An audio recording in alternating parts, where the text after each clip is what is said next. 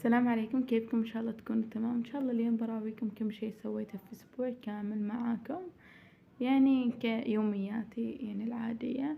فقلت بصوره وبسويه معاكم. أول شي اخترت هذا المناكير، جلست أسويه يعني حال بنت خالتي، بس بنت خالتي ما كانت متعودة على هذا الألوان، لأن الألوان هي اللي كانت دايما تستخدمه لون أحمر عنابي. فقلت خليني أجرب له هذا، بصراحة عجبني عليه، بس يعني لأن هي ما متعودة فغيرت بعدها وسويت اللون الأحمر. طيب نحن جالسين نسوي هذا الشي، يعني نحن ما إنه بروفيشنال، لا يعني شي بيننا وبيننا في البيت، يعني كذا جالسين نسوي.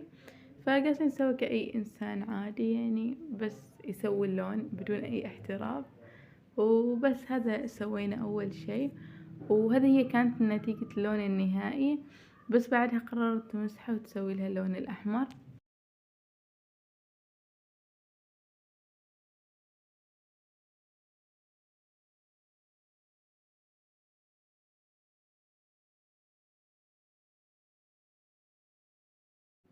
بعد ما اخترنا هذا اللون الأحمر، كانت أول طبقة تكون كأنها باهتة، فقلنا أول ما يقف بنحط الطبقة الثانية. وما مشكلة إذا طلع اللون على برا، لأنه بعد كم ساعة ب... يعني بعد كم ساعة بتبدأ تتقشر الطبقة اللي طالعة على برا فتطلع.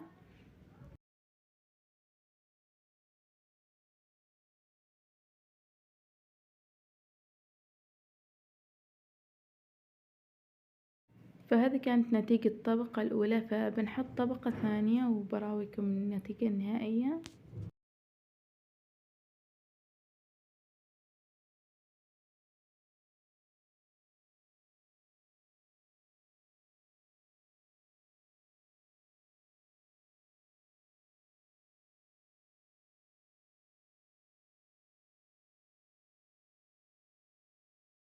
أول ما خلصنا حطينا المناكير، هذه هي كانت النتيجة، لكن بعدها بساعتين يبدأ اللون شوية يتغير، فيصير اللون أحلى من أول ما تحطيه.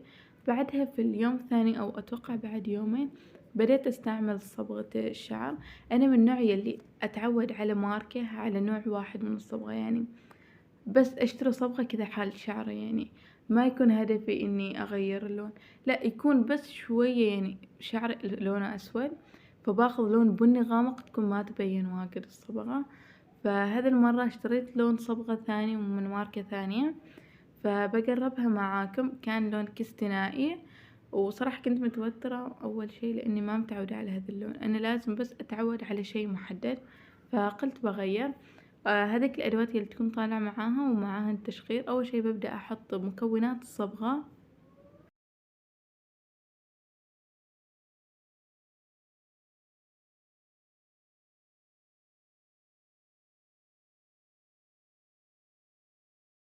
طيب في ناس بس تحط مكونات الصبغة، لكن إذا كنت تريد تظهري لون الصبغة، وخاصة إذا كان شعرش لونه غامق، يفضل إنك تستعملي التشقير.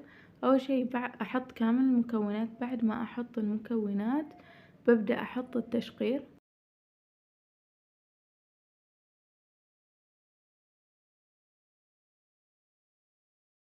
بعد ما حطيت مكونات الصبغة ببدأ أحط سائل التشقير. أول شي أنا يعني هو المفروض إنك تحطي كامل العبوة أو المطارة، أو يعني هذيك مفروض كامل تحطيها عشان تبين الصبغة أكثر، لكن أنا يعني ما أريد أحطها كامل، بس أريد أسوي لون خفيف شعري، يعني ما أريد أبين واجد صبغة. فحطيت بس في الغطا. وبودرة التشقير بعد مفروض إنك تحطي كمية كبيرة، لكن أنا حطيت كمية صغيرة لأنه مثل ما قلت لكم بس أريد أسوي لون خفيف بشعري.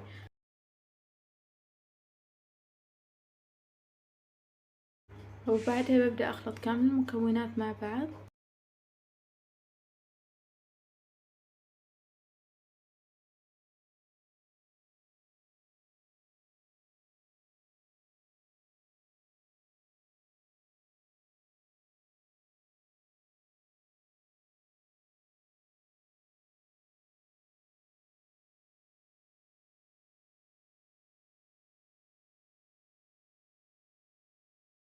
بعدها بنحط الصبغة مدة 15 دقيقة. إذا ما لاحظت الفرق خوزي من 25 دقيقة لحد 45 دقيقة.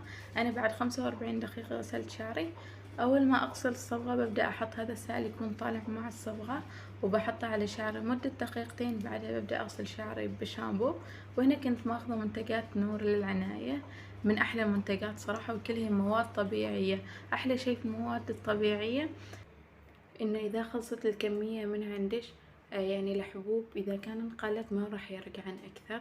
فهذا أحلى شي في المواد الطبيعية. أول شي خذيت المرطب أنا من النوع اللي بشرتي دهنية، فكنت دايما أفكر إن بشرتي دهنية تطلع دهن، فما يحتاج إني أشتري مرطبات حال بشرتي.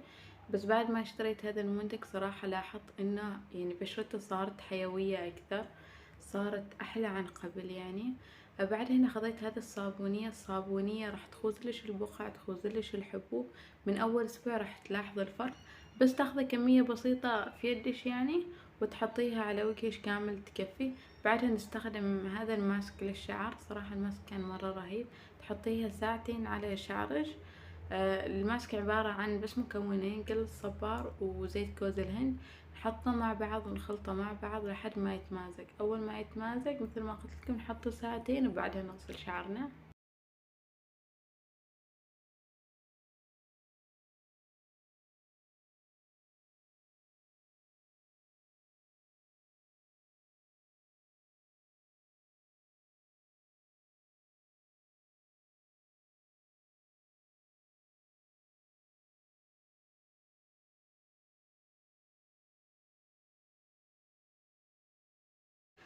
بعدها راح نستخدم هذا الجلو. صراحة أول مرة كنت أجربه كان كله بمواد طبيعية. أول شي نحط الروب أو الزبادي، بعدها نحط الجلو ونحطه على البشرة من 40 دقيقة لحد ساعة.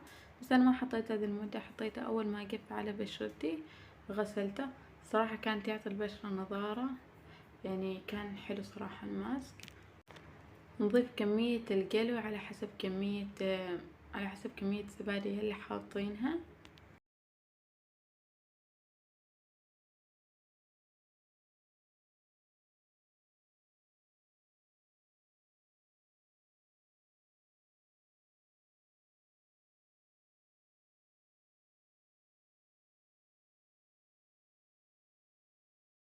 بعد هنا بديت أحط نقشة بسيطة يعني لبنت خالتي الصغيرة.